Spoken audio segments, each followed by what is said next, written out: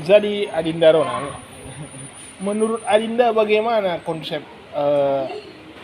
perekonomian Indonesia saat ini?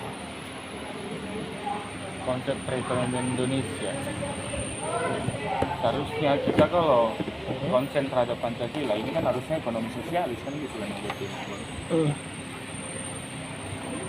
Tapi melihat sejarah pergerakan ekonomi ini kan udah di tahun 5.0 yang dimulai dari Jepang yang memulai industri 5.0. Jepang. Bukan Ah. 4.0 itu bukan ya? Enggak, 5.0 dimulai dari Jepang. Sedangkan Indonesia belum sanggup mengikuti 4.0. Dia melihat pergerakan dari 1.0 sampai 5.0, Indonesia sebenarnya masih 3.0. Jadi sedikit abang punya pertanyaan. Bagaimana menurut Adinda terhadap sekarang ini pasar liberal ya? Apakah katakan seperti ekonomi startup ini dapat dikatakan suatu konsep ekonomi liberal? Kalau startup ini pasti Bang, ini tuh konsep ekonomi liberal, makanya lebih setuju sebenarnya kita beralih ke ekonomi liberal. Kenapa? Gimana ya, karena aku seorang ekonomi ya. Ekonomi ini kan selalu kata bapak ekonomi dunia Adam Smith lah, modal sekecil-kecilnya untung sebesar-besarnya. Itu ekonomi ya? Iya, itulah ekonomi. Tapi kita nggak luput juga sama orang-orang yang di bawah juga. Dalam artian Indonesia ini kan terlalu kita bilang kita negara Pancasila, negara sosialis, tapi kita ini sebenarnya udah negara kapitalis. Negara kapitalis ya? Negara kapitalis. Karena apa? Negara kapitalis itu pun bahkan di bawah-bawahnya itu tidak disupport. Beda sama Cina kan, orang itu udah jelas-jelas komunis, ekonominya memang ekonomi kapitalis, orang itu kan komunis terang-terangan. Kenapa di Indonesia tapi bicara komunis apa itu, Pak? Nggak apa-apa. Ini kan kita diskusi gitu ya.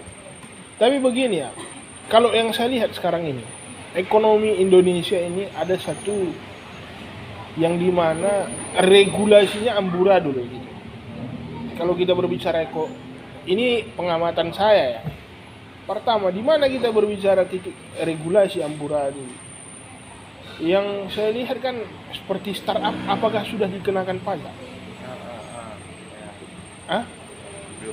Belum ada lah startup yang mengenakan pajak. Iya, tetapi kan berapa persen? Ya. Itu saya salah satu.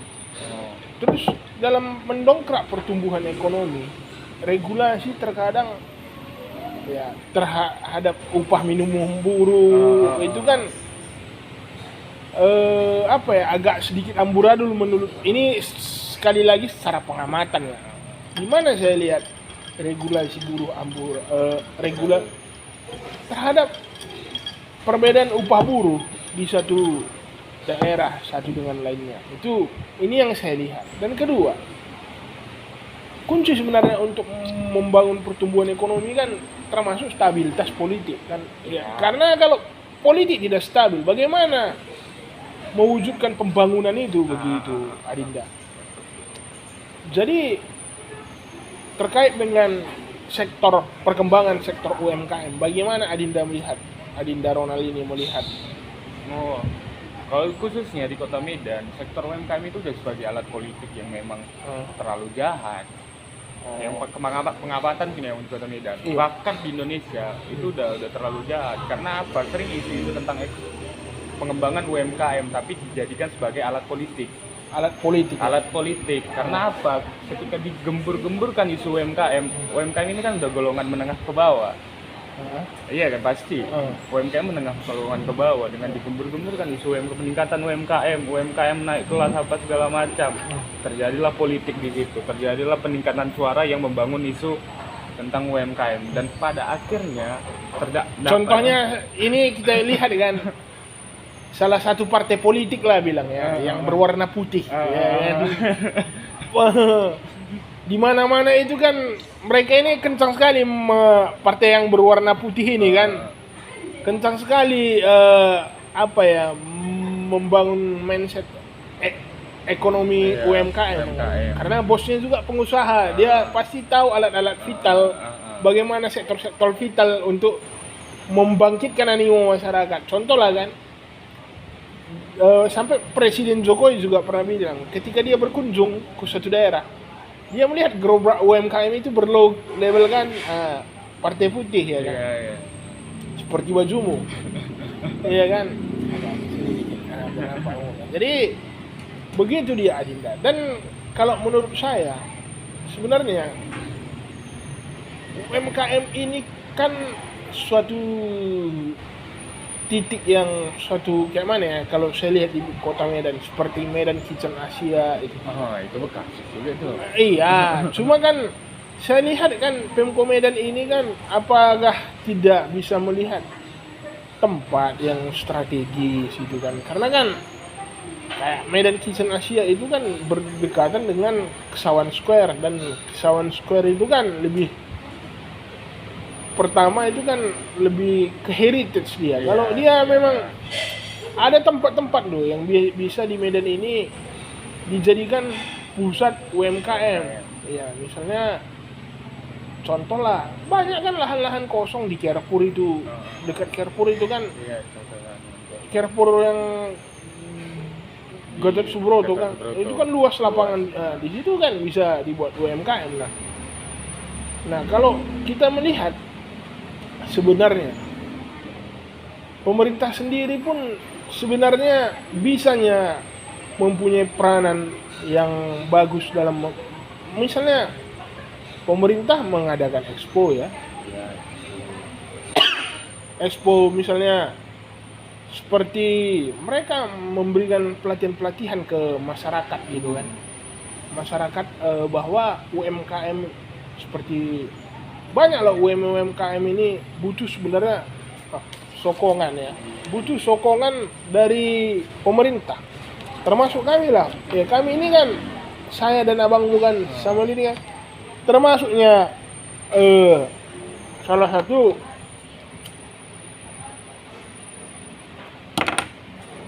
pelaku UMKM ya, di mana pelaku UMKM ini kita ini membutuhkan yang namanya sokongan, minimal bukan sokongan dana lah misalnya kan, tapi kita kan pemerintah itu butuh support dari HIPMI misalnya, memperhatikan. Enggak lah, sekarang aku melihat desus ini ya. Aku kan sering ke UMKM. Kemarin aku ke ke UMKM Marelan. Balik yang ke topik yang aku bilang tadi, kenapa isu UMKM itu sebagai alat politik sekarang? Itu memang nyata, karena ketika naik isu itu dibuat pelatihan, diberi apa segala macam, ternyata bisa dijadikan pelatihan itu, pelatihannya nggak jelas. Pelatihannya itu nggak jelas, memang ada bang pelatihan, tapi pelatihannya nggak jelas. Cuman menghabiskan anggaran aja. Dan itulah komen-komen dari ibu-ibu yang bergelut dalam dunia UMKM di Medan Marelan. Hanya dimanfaatkan sebagai komoditas politik saja ya. Iya, untuk meraup suara. Karena apa? Itu nyata. UMKM di Marelan itu ibu-ibu yang usahanya PRT, usaha rumahan, tidak mendapatkan akomodasi dari pemerintah.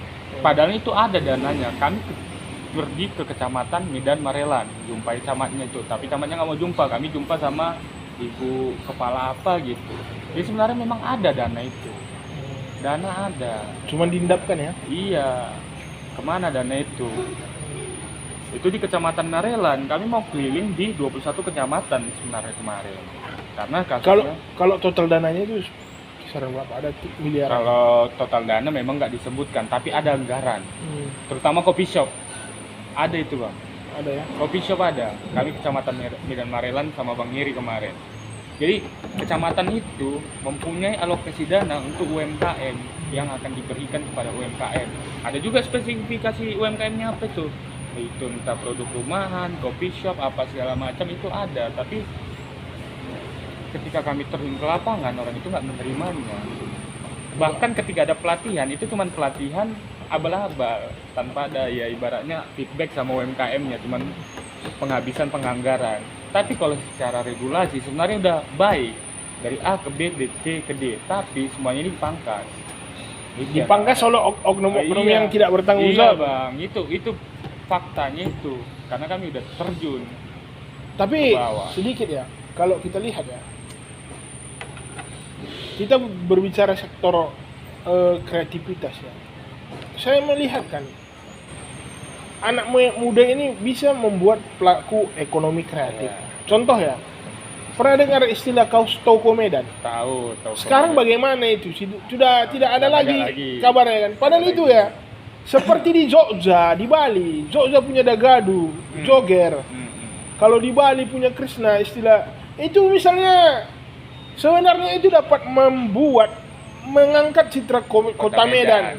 Ya kalau lah industri toko Medan itu didukung besar ya, itu mengangkat marwah kota Medan. Misalnya mata kaule katanya di kaos bajunya itu kan, ya gaya kaule, acem le kita buat le katanya gitu. Makanya itu bang, balik Ulakam sang sipal kata-kata gitu kan. Nah, jadi itu kan menggambarkan identitas kota Medan. Iya kan. Jadi sementara begini ya, kalau menurut saya secara pribadi, Pemko Medan itu kan harus memberikan atensi. Iya pas itu bang. Karena itu kan dapat membangun, dapat memberikan citra positif kepada pertumbuhan ekonomi kota Medan. Pas itu bang. Karena kemarin pun kami kan dari Medan, orang kreatif, kemarin berkunjung ke Jakarta, ke Bandung, ke Solo. Di Bandung itu kan terkenal dengan kota apa dia? Kota Fashion. Enggak kota fashion bang, kota arsitektur entah kota apa gitu. Ambon terkenal dengan kota musik dunia. Di Jakarta terkenal dengan kota literasi. Di Medan apa yang mau dikenal? Kota para ketua. Oh iya, bisa dinaikkan itu namanya kota para ketua, tapi itu diredupkan lagi di kota Medan, dan nggak ada lagi.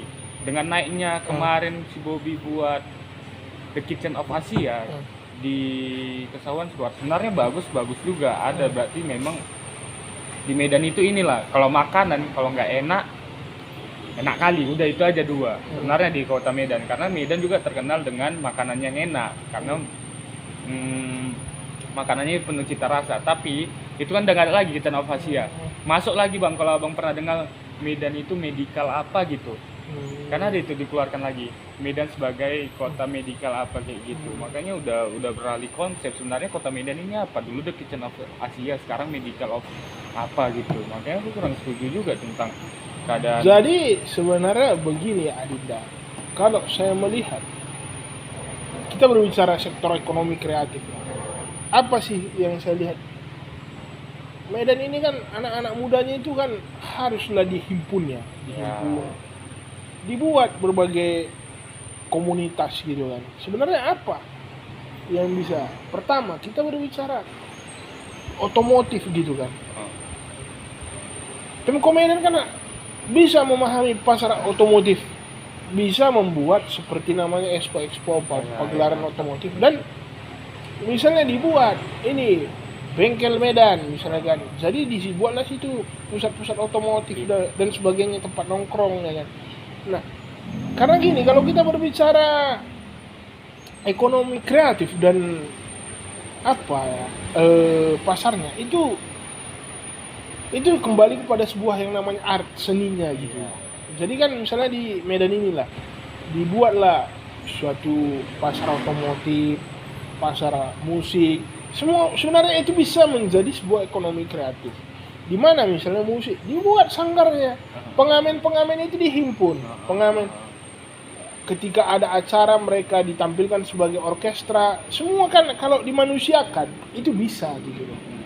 Nah, masalahnya kan pemimpin kita yang di atas ini hanya memikirkan dirinya dan kroni-kroninya gitu. Kalau pemimpin kita ini hanya memikirkan dia dan kroni-kroninya, sampai zaman Baluak pun nggak maju kota Medan ini gitu. Jadi kalau menurut aku, yang kulihat dari kota Medan ini sebenarnya punya potensi untuk membangun sebuah sentral ekonomi kreatif di Indonesia. Karena melihat dari jumlah penduduk, melihat jadi jumlah anak muda, yang kita lihat kan anak-anak muda di kota Medan ini individual, dan hanya kita lihat anak-anak kota Medan ini hanya gabung ke ormas, berantem, yang ada arogansi, bukan kreativitas. Misalnya gabung ke salah satu ormas A, B, C, ya disenggol sedikit, marah dia dan sebagainya kan. Itu kan bukan mendidik kita menjadi intelektual berkreativitas dan berinovasi, hanya menimbulkan arogansi.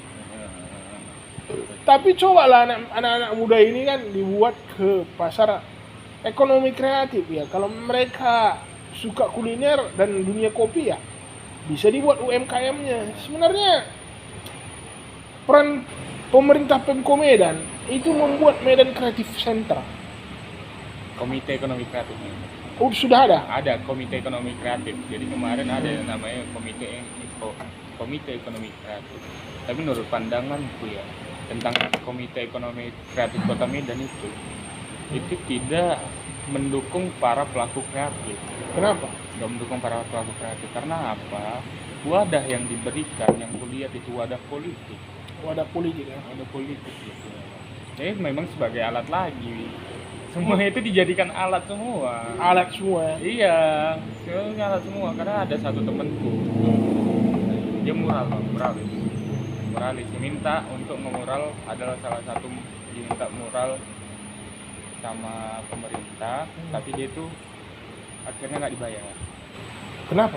Itu nggak tahu alasannya kenapa. Katanya nggak dibayar dia. Padahal dia kemarin berapa gitu untuk dibayar. Jadi nggak dibayar. Itu kan salah satu tindakan yang memang kurang ajar juga. Nah, makanya dia nggak mau ngemural lagi kalau disuruh sama orang pemerintahan. Ada wadahnya udah bagus sebenarnya. Orang-orang dalam wadahnya ini kita kurang tahu juga bagaimana wataknya. Karena kan udah tahun 2000 berapa gitu ada wadah komite ekonomi kreatif. Udah ada bang. Tapi memang pemanfaatan wadahnya ini kurang efektif. Cuman hanya sekedar event-event doang. Kan event-event terus nih. Event, tapi dampak event itu nggak ada. Dampak event itu Satu contoh lah yang kemarin ada event tentang si Gibran datang juga bang. Kalau si Gibran datang ke lapangan apa itu, itu kan sama si Babe kan situ juga. Babe Sabita ya? Babe Sabita di situ juga.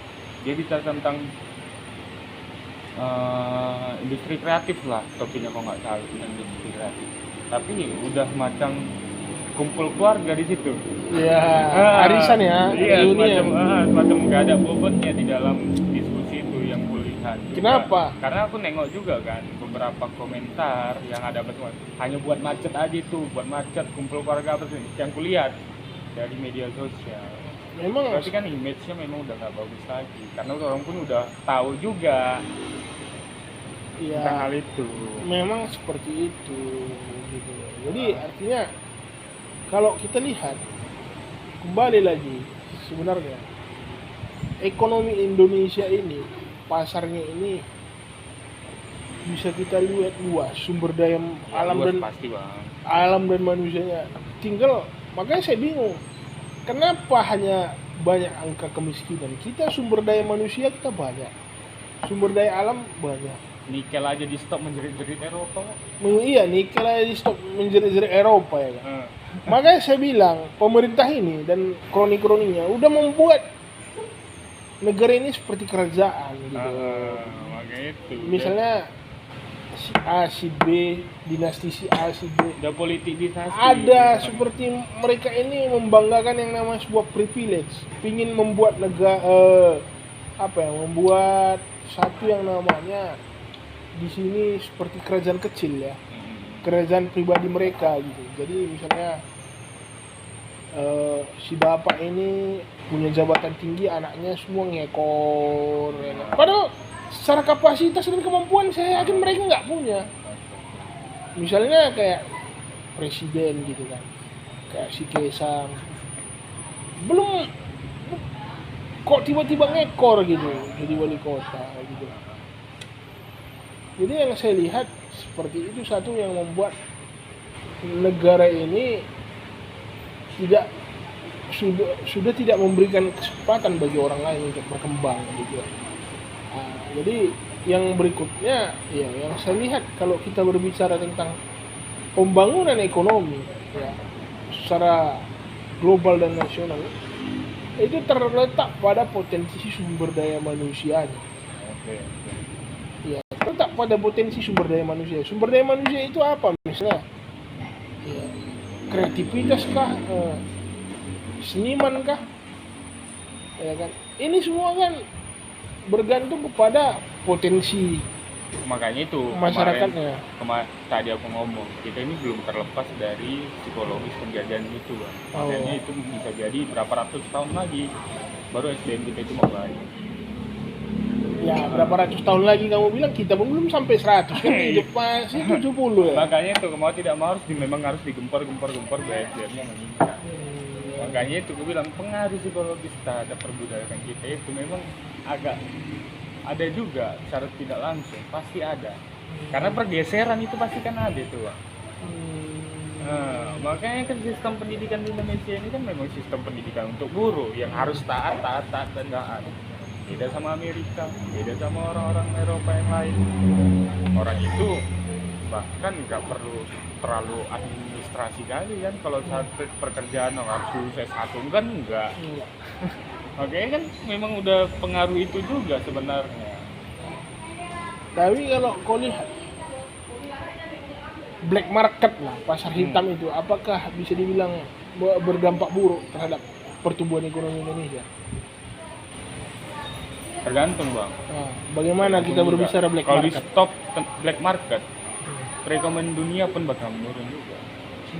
Karena pasar black market apa mau tidak mau juga kurasa pasti dia ngasih ke pemerintah juga,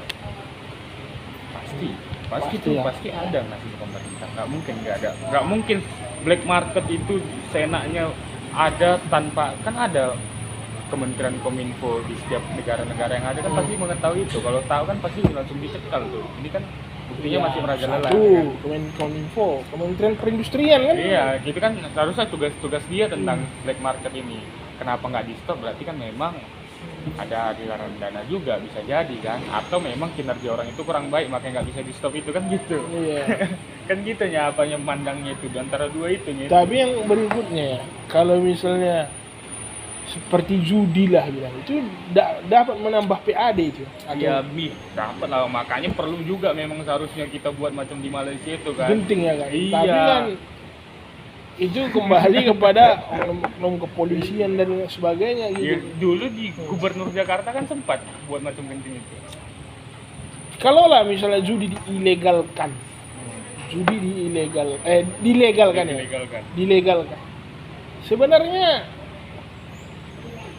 judi itu kan pasti masuk ke kantong negara, sehingga APBD polisi juga. Mungkin dan sebagainya udah nggak terima lagi, nggak terima setoran lagi nih gitu ya. Udah masuk APBD negara kan? Lebih kan? bagus kayak gitu daripada oknum. Iya, jadi sebenarnya kan tapi kalau gini ya, kalau judi kita kan munafik ibarat ini. Iya, karena gini, judi ini sebenarnya dibuat dia lokalisasinya. Iya. Misalnya di Sumatera Utara ini, lokalisasi yang tepat untuk judi di Danau Toba misalnya dibuat kayak macam suatu apa, tapi dengan catatan di luar dari tempat itu kalau ada judi tangkap ya. Tindak.